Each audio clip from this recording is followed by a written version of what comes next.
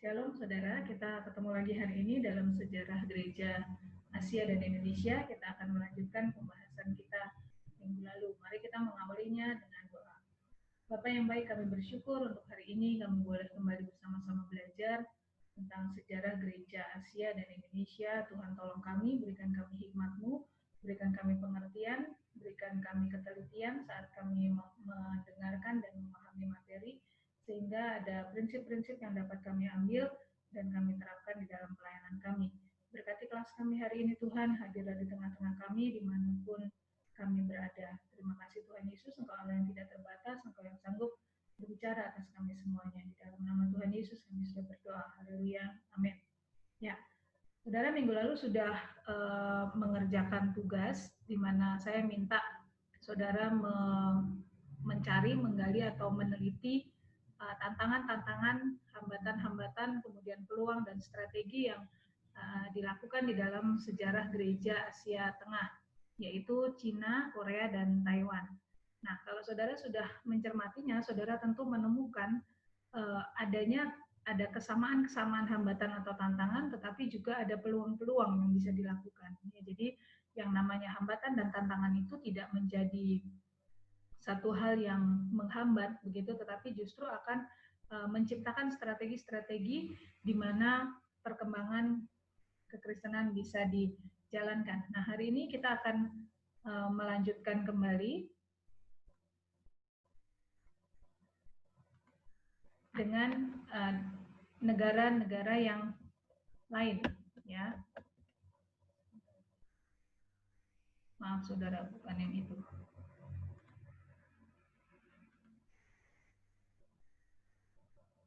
Ya, kita akan masuk ke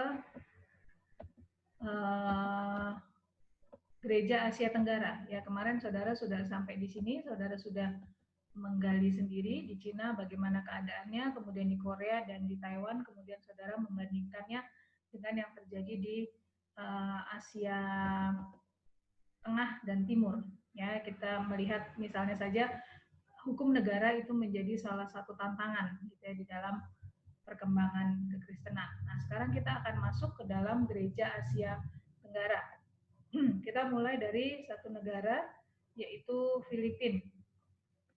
Kita lihat kekristenan di Filipina masuk bersamaan dengan penjajahan bangsa Spanyol. Nah, kalau saudara ingat lagi di Asia Tengah dan Asia Timur itu, kekristenan itu bisa masuk dari macam-macam aspek di dalam kehidupan, ya, bisa dari perdagangan dan sebagainya. Nah, di Filipina ini kekristenan masuk bersamaan dengan penjajahan bangsa Spanyol. Semakin berkembang, jadi penjajahan Spanyol semakin berkuasa di Filipina bagian utara, kekristenan ikut di dalamnya. Denominasi gereja yang pertama kali masuk ke Filipina adalah Gereja Katolik Roma. Memang di banyak negara yang masuk pertama kali dalam hal kekristenan yaitu melalui Gereja Katolik.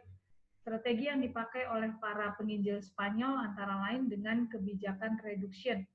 Apa itu reduction? Reduction itu transmigrasi. Ya, dalam arti khususnya itu transmigrasi, yaitu mengumpulkan orang Filipina dari berbagai desa untuk menetap dalam satu kota di mana mereka lebih mudah dimuridkan. Jadi masyarakatnya dipindah gitu ya, dipindah tempatnya, dikumpulkan dalam satu tempat, kemudian mereka dibina, mereka dimuridkan di tempat tersebut, di desa tersebut. Nah, usaha pemuridan itu seperti metode pertanian baru. Jadi maksudnya ada pengetahuan-pengetahuan, ada hal-hal yang ditawarkan gitu kepada masyarakat di Filipina untuk berkembang, yaitu lewat metode pertanian, misalnya irigasi, peternakan, dan pembajakan. Untuk apa? Untuk meningkatkan kehidupan masyarakat.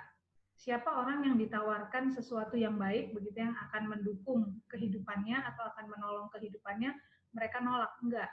Nah, dengan datangnya Spanyol dengan berbagai pengetahuan ini, masyarakat dikumpulkan dalam satu tempat, kemudian diberikan pembinaan, gitu ya, dipakai katanya dimuridkan, diberikan pelatihan-pelatihan supaya apa? Supaya mereka bisa meningkatkan taraf hidupnya, ya, supaya masyarakatnya dapat meningkatkan taraf hidupnya. Nah, ada seorang bernama Pedro Chirino yang yang berhasil mengkristenkan banyak orang. Itu terjadi pada tahun 1898 bersamaan dengan proklamasi kemerdekaan Filipina. Jadi Pedro Cirino ini berhasil begitu ya dengan segala strateginya, masuk dengan berbagai cara yang sesuai dengan kebutuhan masyarakat tersebut, berhasil mengkristenkan banyak orang di tahun 1898 bersamaan dengan proklamasi kemerdekaan Filipina pada saat itu. Nah, sebuah denominasi gereja baru bernama Gereja Mandiri Filipina melepaskan diri dari Gereja Katolik Roma. Ya, jadi masuk pertama kali lewat Gereja Katolik Roma, kemudian mereka punya paham, mereka punya penggalian, begitu akhirnya gereja ini melepaskan diri dari Gereja Katolik Roma dan mendirikan satu organisasi yaitu Gereja Mandiri Filipina. Setelah Spanyol berkuasa di Filipina, kemudian berganti dengan Amerika Serikat datang sebagai penjajah kedua di Filipina, itu pun berpengaruh ya bagi masyarakat Filipina. Walaupun undang-undang yang dibawa oleh orang-orang Amerika di Filipina itu memisahkan antara masalah gereja dengan negara. Jadi waktu Spanyol berkuasa di Filipina seperti ada penyatuan, maksudnya strategi digunakan, kemudian urusan gereja atau urusan pemberitaan Injil gitu disatukan ya dengan berbagai strategi itu. Tapi waktu Amerika Serikat datang, ini dikatakan sebagai penjajah kedua di Filipina, undang-undang Amerika itu memisahkan antara masalah-masalah gereja dengan masalah-masalah negara, gitu ya. Namun di Filipina penginjilan dilaksanakan melalui badan misi swasta. Jadi ada badan misi yang datang, yang bergerak, yang melaksanakan penginjilan. Nah, pada masa ini gereja Protestan mengalami perkembangan yang cukup pesat, terutama gereja Metodis. Jadi di Filipina gereja Metodis itu perkembangannya cukup pesat pada saat ada di bawah penjajahan Amerika. Sedangkan di Myanmar, agama Kristen di Myanmar pertama kali dibawa oleh para tentara, pedagang, dan beberapa penjelajah pada abad ke-16. Pada tahun 1511 di bawah pimpinan Albuquerque, yaitu seorang pemimpin yang mempengaruhi atau yang membawa kekristenan ya dengan jalur perdagangan maupun tentara-tentara. Portugis berhasil menduduki Malaka dan mengirimkan beberapa utusan untuk melakukan investigasi di Moctama dan Pegu. Pada tahun 1519, seorang pedagang Portugis bernama Antonio Correa menandatangani perjanjian dagang dengan pemimpin Moctama. Kita lihat di sini pengabaran Injil atau pemberitaan Injil gitu kekristenan dibawa lewat jalur perdagangan ya di Myanmar.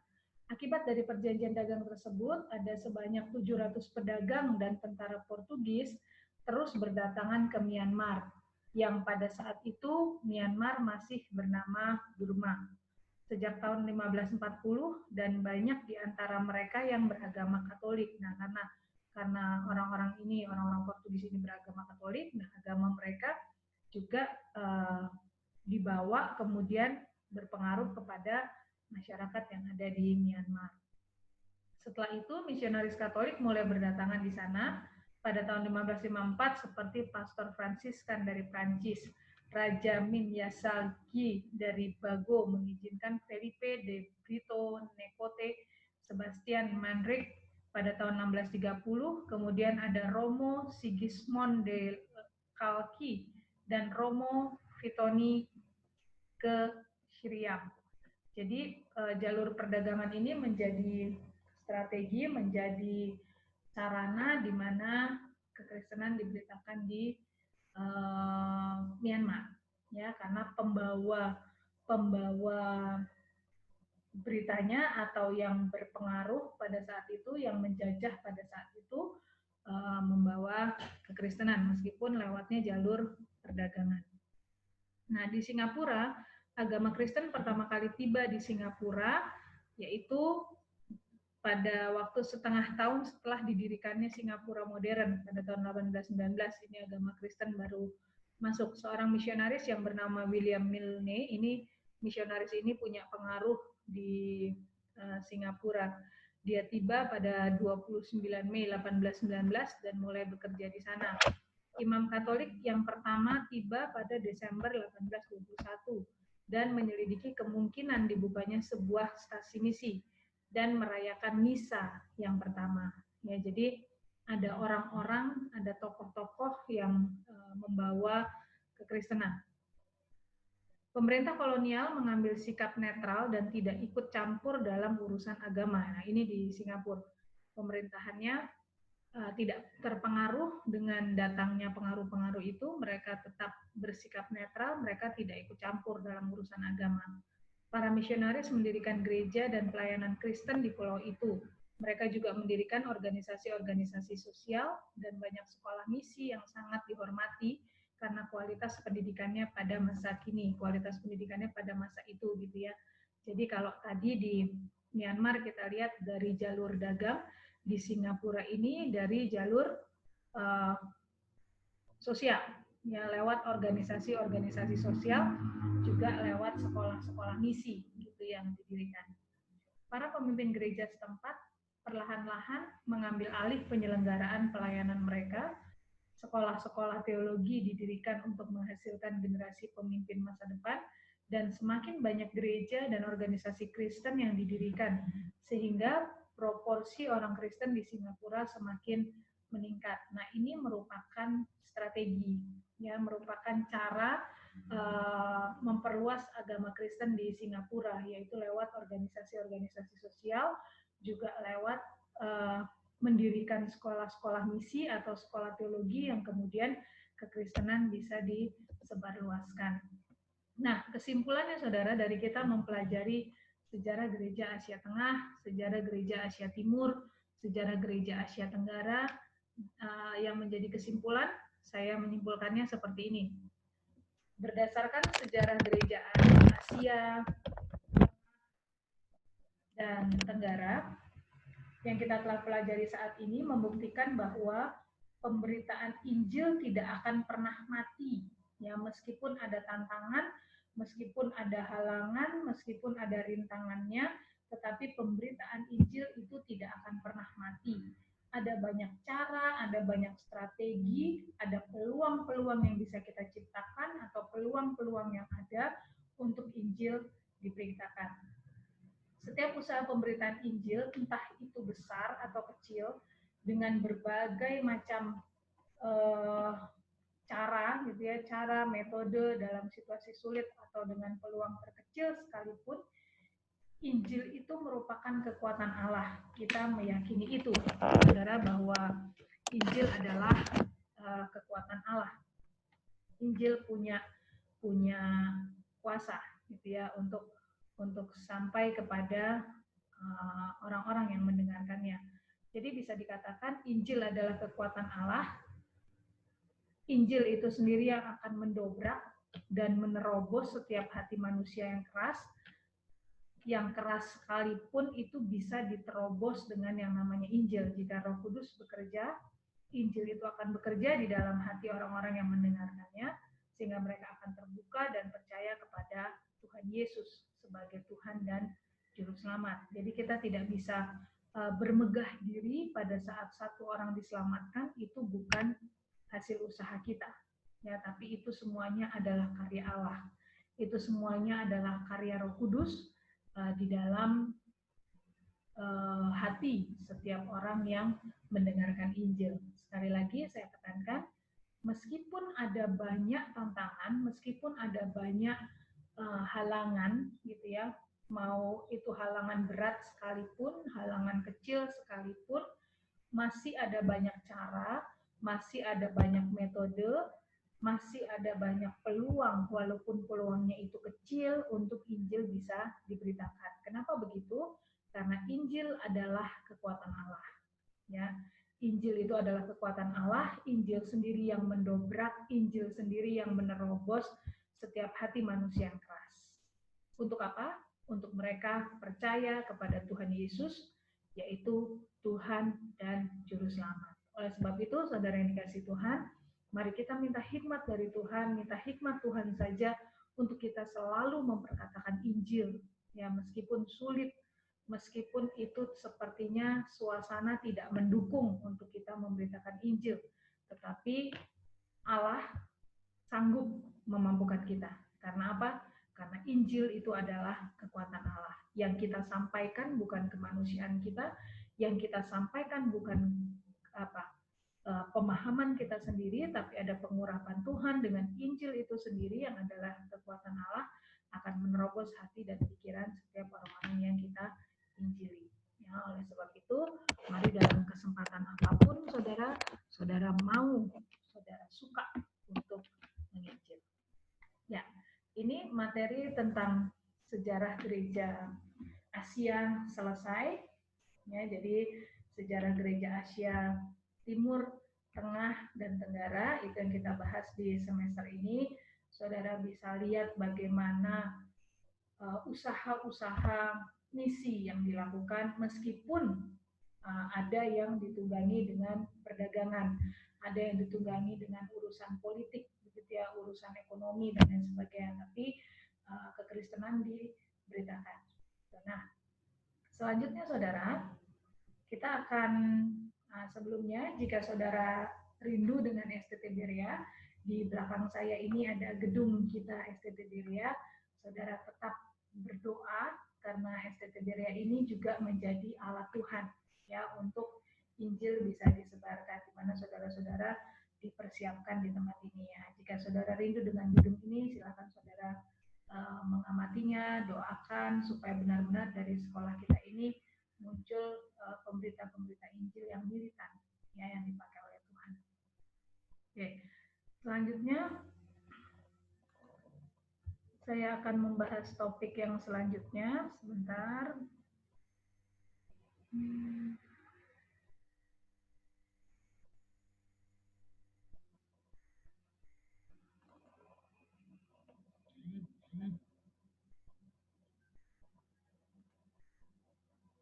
Bentar ya saudara, kita akan masuk ke masuknya agama Kristen di Indonesia. Jadi kita beberapa minggu sudah membahas tentang sejarah gereja di Asia, gitu. Sekarang kita akan masuk ke negara kita sendiri sampai kepada nanti akhir pembahasan mata kuliah ini, dan saudara juga bisa mempresentasikan sesuai kelompok-kelompok yang sudah saya bagi.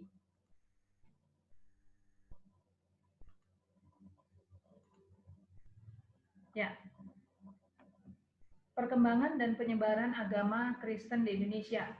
Ya, kita sudah lihat semua yang ada di Asia, sekarang kita akan masuk ke negara kita. Awal masuknya agama Kristen di Indonesia. Penyebaran Injil sudah memasuki Indonesia pada masa pendudukan Portugis di Kepulauan Maluku, yaitu pada tahun 1512 sampai 1605, ditandai dengan menetapkan beberapa misionaris Yesuit, yaitu dari Katolik Roma di Ternate. Jadi Maluku dan Ternate ini sudah dipengaruhi dengan penyebaran Injil sejak tahun 1512 dan di Ternate pada tahun 1522. Kemudian banyak masyarakat Indonesia yang menjadi Kristen dan kekristenan berkembang pesat.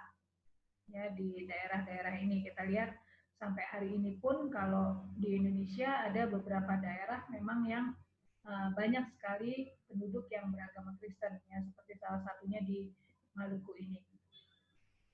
Bangsa-bangsa mana saja yang menyebarkan agama Kristen? Yang pertama itu Portugis. Kita lihat tadi juga di negara-negara di Asia, Portugis juga punya peran dalam menyebarkan kekristenan.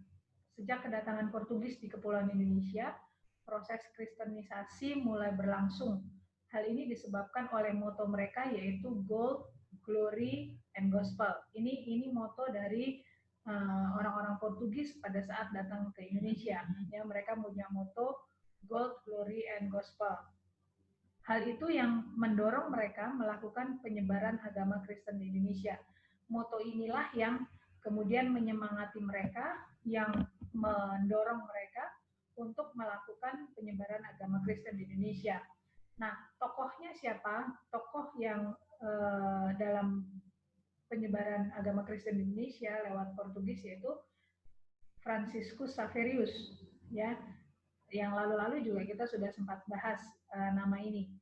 Dia bertolak dari Malaka pada tanggal 1 Januari 1546 dan berlabuh di Amboina. Kemudian tinggal di pulau itu hingga pertengahan bulan Juni. Setelah itu ia mengunjungi pulau-pulau lainnya di Maluku, termasuk Ternate dan Moro, yaitu nama-nama tempat yang ada di Indonesia. Segera setelah Hari Raya Paskah pada tahun 1546, Franciscus Xaverius itu kembali ke Pulau Ambon dan kemudian menuju Malaka. Misi di Ambon ini menjadi salah satu awal sejarah Katolik di Indonesia. Jadi apa yang dilakukan oleh Franciscus Xaverius ini menjadi salah satu misi pertama yang terjadi atau awal dari sejarah gereja Katolik di Indonesia. Kemudian tokoh yang kedua adalah Ignatius de Loyola. Loyola melakukan kegiatan keagamaan di tengah-tengah masyarakat Ambon, Ternate, dan Morotai. Moro tadi antara tahun 1546 dan 1547. Ignatius ini bersama-sama dengan Franciscus Xaverius melakukan kegiatan keagamaan ya di daerah-daerah yang tadi sudah disebutkan. Mereka berdua merupakan misionaris Ordo Jesuit yang berasal dari Spanyol, namun menumpang kapal Portugis untuk menjalankan misinya menyebar agama Kristen di seluruh dunia. Ingat ya, Tuhan bisa pakai siapa saja. Sebelum dia naik ke surga juga kita diberikan tugas, diberikan amanat untuk jadikanlah semua bangsa murid Tuhan, ya, mulai kepada seluruh dunia ini. Ya, jadi Injil itu harus diberitakan ke seluruh dunia. Nah, ini dia mereka, Franciscus Xaverius dan Ignatius de Loyola. Kemudian selain Portugis yang bangsa-bangsa yang menyebarkan atau membawa kekristenan, selain Portugis ada Belanda. Nah, kita tahu semuanya bagaimana Indonesia sempat dijajah oleh Belanda dalam waktu yang tidak singkat. Ya, bahkan paham-paham dan kebiasaan-kebiasaan bahkan mentalnya bangsa Indonesia jadi terbentuk karena di bawah penjajahan Belanda. Kehadiran Belanda di Indonesia merubah peta pengkristenan di beberapa daerah di Indonesia. Belanda adalah penganut Protestan yang beraliran Calvinis. Di Maluku, sebagian besar penduduk yang telah beragama Katolik kemudian berganti menjadi Calvinis dan VOC melarang misi Katolik melakukan kegiatan keagamaan. Nah, ini politik berperan di sini ya. Jadi apa yang sudah terbentuk sebelumnya itu bisa hancur karena adanya kekuasaan politik. Kemudian Indonesia dikuasai oleh Belanda yang menganut agama Protestan yang beraliran Calvinis, sehingga penduduk itu berubah. Yang menjadi pemikiran yang silakan saudara pikirkan, kenapa bisa secepat itu? Maksudnya waktu itu Katolik sudah berkembang di Indonesia, kemudian Belanda masuk, sebagian besar penduduk yang telah beragama Katolik berganti menjadi Calvinis. Itu kenapa kira-kira? Silakan saudara renungkan. Ya, karena pastinya ada tekanan-tekanan ya demi untuk mempertahankan hidup dan lain sebagainya. Rohaniawan Katolik baru kembali ke Indonesia pada tahun 1808 ketika Belanda berada di bawah kekuasaan batas Republik yang berinduk kepada Prancis. Penduduk Prancis mayoritas menganut agama Katolik. Gubernur Jenderal Daendels, tahu Daendels ya saudara, bahkan memberi dukungan finansial dan berbagai fasilitas bagi para misionaris Katolik. Hak misionaris Katolik memiliki kedudukan yang sama dengan para sending Protestan. Nah, tokoh-tokoh yang menyebarkannya adalah John Calvin pada tahun 1509 sampai 1564. Dia adalah pencetus ajaran Calvinisme. Dia mengajarkan paham baru yang bertentangan dengan ajaran Kristen dan Katolik, yaitu mengajarkan bahwa kekuasaan Tuhan itu tidak terbatas, gereja dipisahkan dari kekuasaan pemerintahan duniawi, kemudian menentang keras yang namanya perzinahan, judi, mabuk, dan lagu-lagu porno. Ini pencetus ajaran Calvinis adalah John Calvin dengan paham-paham atau ajaran-ajaran yang seperti ini. Tokoh yang lain ada yang namanya Hulsebos. Hulsebos itu seorang pendeta. Ya, dia berkiprah sekitar tahun 1916. Dia mendirikan jemaat pertamanya di Jakarta. Di waktu itu namanya masih Batavia. Sebuah laporan menyebutkan bahwa pada akhir abad ke-17 terdapat 17 orang rohaniawan Kristiani di Batavia. 4 diantaranya melayani jemaat yang berbahasa Portugis dan 3 orang melayani jemaat yang berbahasa Melayu, ya, karena pada saat itu di Batavia itu bahasanya juga dipengaruhi oleh bahasa Melayu, jadi ada orang-orang yang fokus di situ.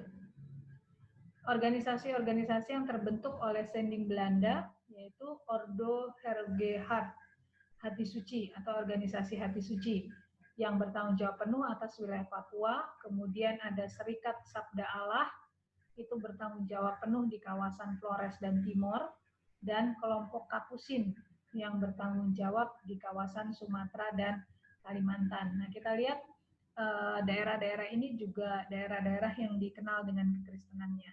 Ya, jadi sejak awalnya juga organisasi Belanda, Sending Belanda juga mendirikan organisasi-organisasi ini. Memasuki abad ke-19, penyebaran agama Kristiani semakin meluas di berbagai wilayah di Indonesia. Kelompok misionaris dan sending dari gereja reformasi Eropa maupun Amerika mulai berdatangan. Nah, pada masa pendudukan Inggris ini, pada tahun 1814, kelompok rohaniawan yang dikenal dengan NZG atau Nederland Zendeling Genootschap dari Belanda dan didukung oleh kelompok LMS, yaitu London Missionary Society. Mereka memulai aktivitas keagamaan mereka. Jadi sekitar tahun 1814, ya, pada masa pendudukan Inggris muncullah kelompok-kelompok ini, NZG dan LMS. Ini John Calvin. Yang sebelah kanan kita itu Gereja Katedral Jakarta. Ya, gereja pertama yang didirikan oleh pendeta Hulsebos yang tadi kita sudah pelajari. Ya, Gereja Katedral itu ada di Jakarta, tentunya saudara tahu itu. Nah, kemudian ini secara singkat saja tentang perkembangan agama Kristen di Tanah Jawa. Tadi ada di Papua, ada di Flores Timor, gitu ya, Sumatera, Kalimantan. Ini secara sekilas saja di Jawa. Salah satu fenomena yang menarik dari perkembangan agama Nasrani di Indonesia adalah munculnya gereja-gereja lokal yang sebagian dari mereka pada masa kolonial tidak diakui oleh gereja yang datang dari Barat. Bahkan posisi mereka dicap sebagai ajaran yang menyimpang dari Injil. Contohnya yang muncul di Jawa Timur di daerah Mojokerto. Kristen lokal disebarluaskan oleh Kiai Tunggul Wulung. Di Bagelen, Jawa Tengah, ajarannya dikembangkan oleh Kiai Sadrak. Nah, mulai ada kiai-kiai yang muncul di situ di Jawa karena mereka juga dipercaya sebagai pemimpin agama, gitu ya. Nah, ini mereka yang ada di Jawa dianggap nggak sesuai dengan ajaran-ajaran yang sudah disampaikan oleh gereja Barat. Jadi ada tantangan-tantangan ya di setiap daerahnya. Saya tidak bahas panjang lebar dulu di sini karena nanti kita akan masuk kepada setiap daerah, meskipun nggak semuanya di Indonesia, tapi kita akan sampai kepada daerah-daerah itu. Gereja-gereja lokal yang telah berkembang akibat penyebaran Kristen di Indonesia, ini gereja-gereja yang sampai hari ini pun ada, gitu ya. Ada Gereja Kristen Jawa atau GKJ, ada Huria Kristen Batak Protestan HKBP, Gereja Pentakosta, Gereja Bethel Indonesia, Gereja Masehi Advent Hari ke-7, Gereja Yesus Sejati, Gereja Metodis, Gereja Baptis, Gereja Tabernakel Indonesia, dan ada banyak denominasi. Tentunya yang menjadi pertanyaan besar bagi kita adalah kenapa kok sepertinya pusat berita tentang Injil ini satu, tetapi kemudian ada muncul banyak organisasi, banyak denominasi. Nah, itu nanti dalam diskusi kita akan membahasnya, ya, waktu saudara membahas presentasi di dalam kelompok-kelompok. Nah, itu secara garis besar bagaimana masuknya kekristenan di Indonesia.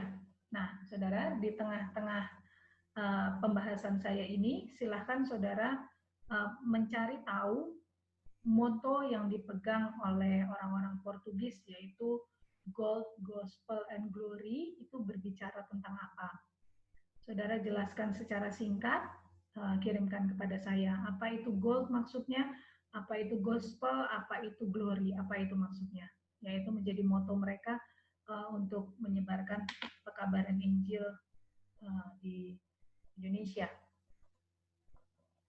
Oke, kita akan melanjutkan dengan topik yang lain, saudara. Kiranya saudara dari dua materi ini silakan saudara bisa